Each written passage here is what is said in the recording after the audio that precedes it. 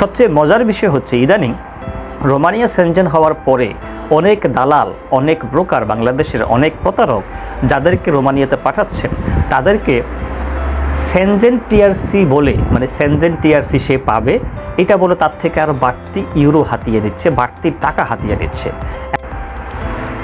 আসসালামু আলাইকুম, যে যেখান থেকে দেখছেন অথবা দেখবেন আপনাদের সকলকে স্বাগতম জানাচ্ছি ইইউ সলিউশন 2024-এর পক্ষ থেকে। আমি ফখরুল ইসলাম, রোমানিয়া থেকে। বাংলাদেশ থেকে আমরা যারা ইউরোপে আসি অথবা যারা ইউরোপে আসবেন, কোনো না কোনো ম্যান পাওয়ার অথবা কোনো না কোনো এজেন্সির শরণাপন্ন হতে হয়, যাদেরকে আমরা এক কথায় অনেকেই দালাল বলে থাকি বা ব্রোকার বলে থাকি। বাস্তবতা হচ্ছে এই দালাল ছাড়া আপনি কিন্তু কোনোভাবেই ইউরোপের যে কোনো দেশে অথবা যে কোনো দেশে ম্যান পাওয়ার হয়ে বা ইমিগ্রেশন যে বিষয়টা আছে সেটা আপনি কখনোই কমপ্লিট করতে পারবেন না।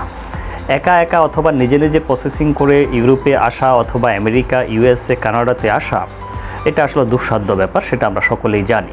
ইউরোপেও যারা এই ম্যান পাওয়ার নিয়ে কাজ করে, আপনি ইন্ডিভিজুয়ালি কারোর সাথে কথা বলে কোনো লোককে আপনি হায়ার করতে পারবেন না। আপনি অবশ্যই যারা রিক্রুটার, যারা ম্যান পাওয়ার নিয়ে কাজ করে অথবা যাদের রিক্রুটার এজেন্সি আছে তাদের শরণাপন্ন হতে হয়। বাস্তবতা হচ্ছে এই যে দালালরা, অনেক ধরনের দালাল থাকে, অনেক ধরনের মানুষকে অনেকভাবে হয়রানি করে, এটা হচ্ছে বাস্তবতা। কিন্তু এই হয়রানি করার পরেও আমাদেরকে কোনো না কোনোভাবেই এই দালালদের উপরেই ডিপেন্ড থাকতে হয় আমরা যদি কোথাও যেতে চাই অথবা ইউরোপ, আমেরিকাতে আসতে চাই। এখন এই দালালদের যে কথা আর কাজে কেন মিল থাকে না সেই বিষয়ে আজকে কয়েকটি কথা বলবো ছোট্ট করে। প্রথম কথা হচ্ছে, দেখুন, অনেক বাংলাদেশি ভাই রোমানিয়াতে এসেছেন যাদের ওয়ার্ক পারমিট ছিল কনস্ট্রাকশন কোম্পানির, কিন্তু তাকে কাজ দেওয়া হয়েছে ফিজিওথেরাপির। কিন্তু তাকে যখন জিজ্ঞেস করলাম ফিজিওথেরাপি মানে কি বা ফিজিওথেরাপি তুমি বুঝো, সে বলে যে ভাই আমি ফিজিওথেরাপিটা কি সেটা নিজেও জানি না, হাসে সে। এরপর অনেকগুলোকে দেখলাম তার কনস্ট্রাকশন কোম্পানি তাকে কাজ দেওয়া হয়েছে বা রেস্টুরেন্টের হেল্পার অথবা কুক অথবা শেফ, যেটাই বলি না কেন, এক কথায় কাজের সাথে, ওয়ার্ক পারমিটের সাথে, কোম্পানির সাথে তার কাজের কোনো মিল নেই এবং সেই কাজ সম্পর্কেও সেই ব্যক্তি বা সেই ক্লায়েন্ট কোনোভাবেই জানে না অথবা সেই স্কিল না। এটা গেল একটা বিষয়। দ্বিতীয় কথা হচ্ছে, অনেক দালাল রয়েছে যারা বাংলাদেশে থাকা অবস্থায় তারা বলে যে আপনি এখানে 3,000 লেই, 3,500 লেই অথবা 4,000 লেই স্যালারি পাবেন, বেতন পাবেন। কিন্তু বাস্তবিক পক্ষে আপনি যখন এখানে আসবেন, এখানে কাজ করার পরে যখন মাস শেষে আপনাকে আপনার কোম্পানি বেতন হাতে দিবে, তখন আপনি বুঝতে পারবেন আসলে 2,500 লেই অথবা 2,550 লেই, সর্বোচ্চ 2,600-2,700 লেইয়ের উপরে কেউ বেতন দেয় না। এক্ষেত্রেও দালালদেরকে আমরা দোষারোপ করি।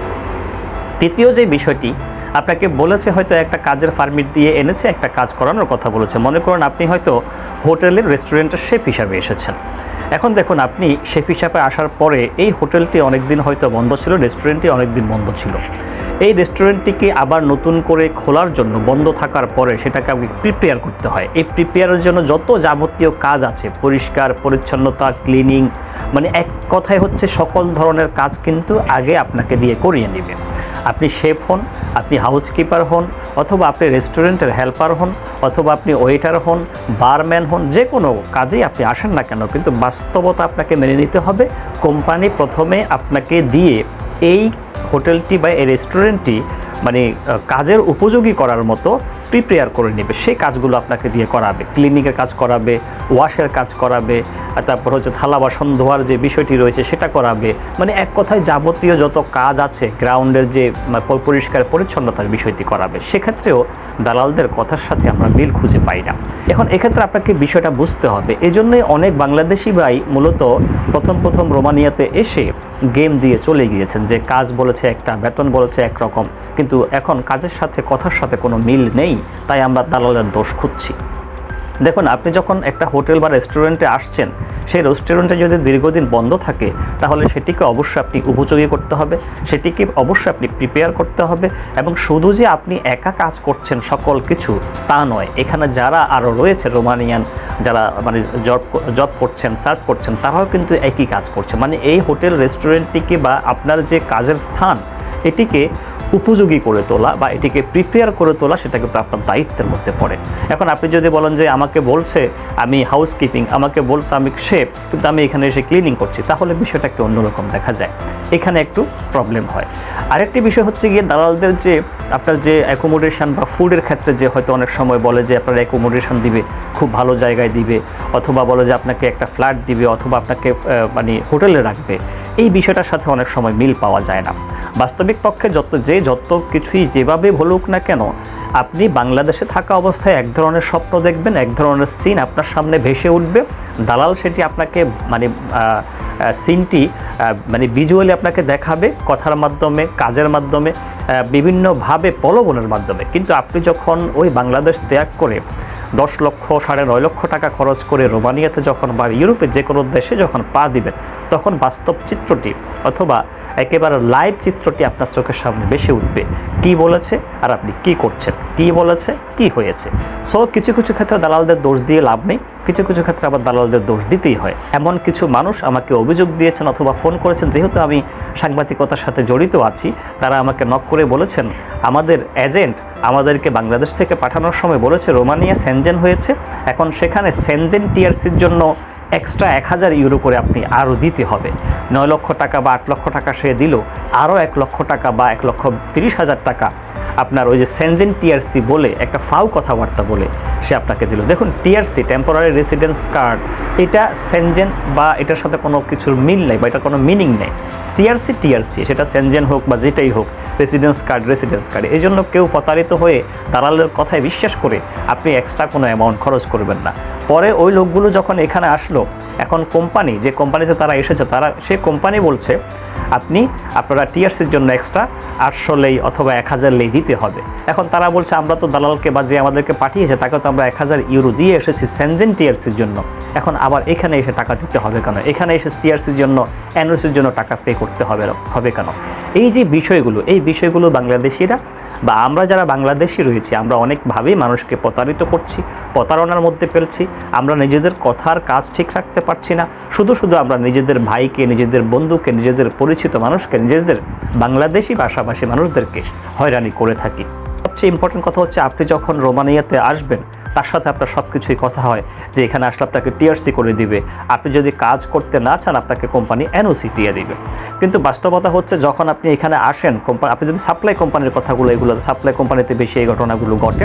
সাপ্লাই কোম্পানিতে আপনি যখন আসলেন, সে আপনাকে বললো যে টিআরসি করে দিব, তবে আমাকে আরও 300 লেই, 400 লেই বা 500 লেই দিতে হবে।